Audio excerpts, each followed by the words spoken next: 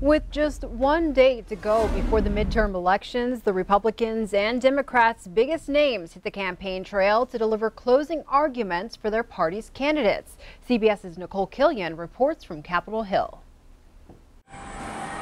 President Trump spent the last weekend before Election Day crisscrossing the country on behalf of Republican candidates. You don't hear so much about that big blue wave anymore. Mr. Trump has focused on immigration in the campaign's closing days. We're not letting these people invade our country. We want them to come in. We want them to come in, but they have to come in legally. They have to come in legally. The Democrats, led by former President Obama, have countered by making health care their key message. When I was president, Republicans voted more than a dozen times to get rid of protections for pre-existing conditions. Last year, they fell just one vote short, and if they win on Tuesday, they might finally succeed. The battle for control of Congress has dominated headlines for months, but across the country, local elections are being fought over just as hard. One of the most bitterly contested is the race for governor in Georgia. Polls show the Republican nominee, Georgia Secretary of State Brian Kemp, in a tight race with the Democratic nominee, Stacey Abrams, who's hoping to become the first female African-American governor in U.S. history. On Sunday, Kemp's office opened an investigation into the Georgia Democratic Party over what it called a failed attempt to hack the state's voter registration system. Democrats are calling the move a desperate attempt to deflect attention from allegations Kemp is trying to suppress the minority vote. Nicole Killian, CBS News, Capitol Hill. Here in Montana, today is the day Senator Lindsey Graham of South Carolina and Senator Cory Gardner of Colorado joined Vice President Mike Pence in Kalispell to campaign for Republican Senate candidate Matt Rosendale. This will be Pence's fourth visit to the Treasure State. The rally will take place at 11:30 a.m. today at Glacier Park International Airport. Also in this morning's headlines, the mayor of North Ogden, Utah has been killed in Afghanistan. Brent Taylor was in Kabul as a member of the Utah National Guard.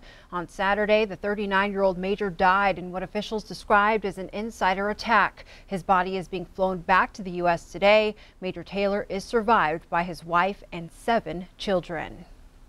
The trial of the notorious Mexican crime boss El Chapo gets underway today in New York. El Chapo, whose real name is Joaquin Guzman, was extradited to the U.S. last year to face drug conspiracy charges. The trial's first order of business will be jury selection. The judge has already said the jurors will remain anonymous.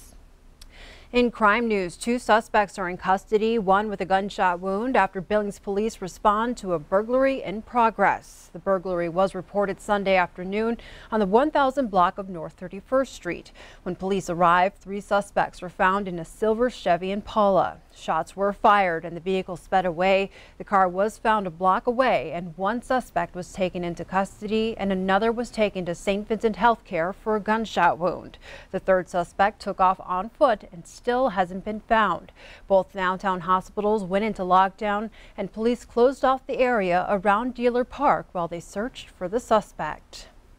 Meanwhile, an early morning shooting Sunday sent 1 man to the hospital and police continued to search for that suspect as well. A 55-year-old Roundup man called 911 after he was shot in the hip near 8th Street West and Terry Avenue in Billings. Police found signs of a shooting at the home where the victim said the shooting occurred.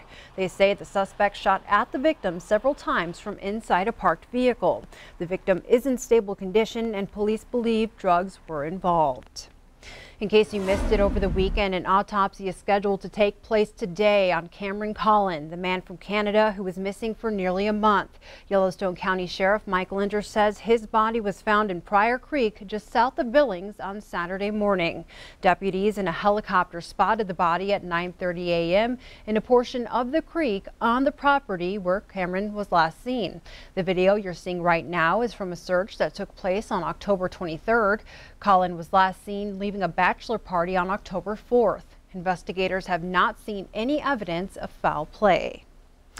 4.5 months since she went missing, persons of interest have been identified in the search for missing Dixon woman Jermaine Charlo. Search results have led to a few different leads, one of those being related to a possible abduction and to sex trafficking. The 23-year-old went missing in June of this year. The lifeguard group has been searching for her since and following up on leads. There is that, and some have even asked the question, well, would it be better if she wasn't even alive and going through something like that? Well, that's not for us to determine. Our action is still the same, to aggressively search and look for Jermaine. Lifeguard is a Missoula nonprofit that searches for missing people. It will only involve itself in a search at the invitation of the family. Hochhalter remains hopeful. We've made a commitment to the family that we will not get frustrated. We will not get bored with this. We will continue to search until we either find her or find an answer, or the family just says that's enough. Investigators have not released any details on the persons of interest.